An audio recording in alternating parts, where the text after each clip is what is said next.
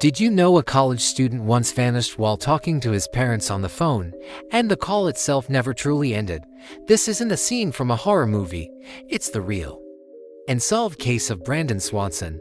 On the night of May 13, 2008, 19-year-old Brandon was driving home from a small party celebrating the end of the semester in rural Minnesota. Suddenly, his car slid off a gravel road and got stuck in what he thought was a shallow ditch. He wasn't hurt, and the car wasn't badly damaged. So, he did what any of us would do. He called his parents. He calmly explained what happened, telling them he was fine and that he would start walking towards the nearby town of Lynd. His parents, Brian and Annette, immediately got in their car to go find him, keeping him on the line the entire time. For nearly 47 minutes, they listened to the crunch of his footsteps on the gravel, the sound of his steady breathing cutting through the quiet of the night. It seemed like a simple, albeit inconvenient, situation. But then, one small detail changed everything. As Brandon walked, he described his surroundings. He mentioned fields, fences, and the feeling of tall grass brushing against his legs. His dad, listening intently, tried to flash his headlights, hoping Brandon would see them, but Brandon saw nothing. He insisted he could see lights in the distance. Believing he was close to Lynd, his parents grew more and more anxious. The landscape he described didn't match the area around Lynd they knew so well. His father urged him to stop walking, to stay put so they could find him, but Brandon, confident he knew where he was going, kept moving toward those distant lights. He didn't realize those weren't the comforting lights of a town. They were the isolated, sporadic lights of farmhouses scattered miles apart across the vast, dark prairie. Then, Brandon said something that sent a chill down his parents' spines. He said, "I can hear water." His voice, once calm, now carried a hint of confusion. He was still walking, still talking, but the environment he was describing felt increasingly alien to his parents. He was lost, and he didn't even know it. And then, in an instant, the normal sounds of his journey through the night were shattered. His parents heard a sudden, sharp cry from their son's mouth. "Oh, SH." And then nothing. Absolute silence. The line didn't disconnect. It didn't drop the call. It just went dead. No more footsteps. No more breathing.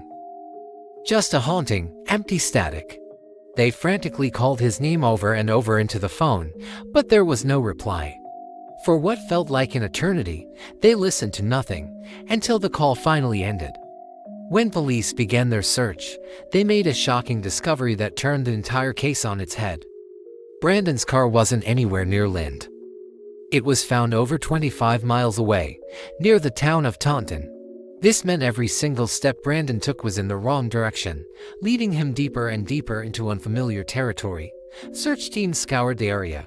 They found his car, high centered on the edge of a steep embankment, not a simple ditch. Nearby, they found some of his personal belongings, his keys, his glasses, his wallet. Search dogs were brought in, and they picked up Brandon's scent, tracking it for miles. The trail led them through fields and over fences, exactly as he had described on the phone. But the scent trail came to an abrupt, chilling end at the edge of the Yellow Medicine River. And then, it just stopped. No body was ever found. No phone. No trace of his clothing. Nothing. So, what happened to Brandon Swanson? One theory is that he tragically fell into the river, but the Yellow Medicine River was relatively shallow at that time of year, and an extensive search of its waters and banks turned up absolutely nothing. His body never surfaced. Another theory suggests that hypothermia and exhaustion set in, causing him to become disoriented. In his confused state, he might have wandered off into a remote area that searchers simply missed, eventually succumbing to the elements. Some investigators pointed out a heart-wrenching fact: if Brandon had walked just 10 feet in a different direction at a critical point, he would have stumbled upon a road and likely been found safe. 10 feet.